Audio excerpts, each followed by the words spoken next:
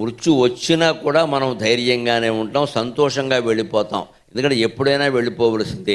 ఏ మతమైనా ఏ శాస్త్రమైనా మనిషికి నేర్పవలసింది రెండే, మూడోదేం లేదు ఇక్కడ.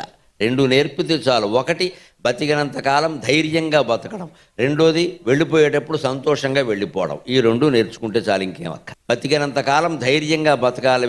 ఊరికే పీనాశాడిలాగా ఊరికి ఎడుపు కొట్టు మొహం వేసుకుని ప్రతిదానికి భయపడుతూ ఉండద్దు. ముందు నేర్చుకోవలసిన ధైర్యంగా బతకడం. బతుకంతా ధైర్యంగా బతికితే చాలు. వెళ్ళిపోయేటప్పుడు సంతోషంగా వెళ్ళిపోవాలంటే ఏమిటి? ఇంకే కోరిక మనస్సులో మిగలద్దు.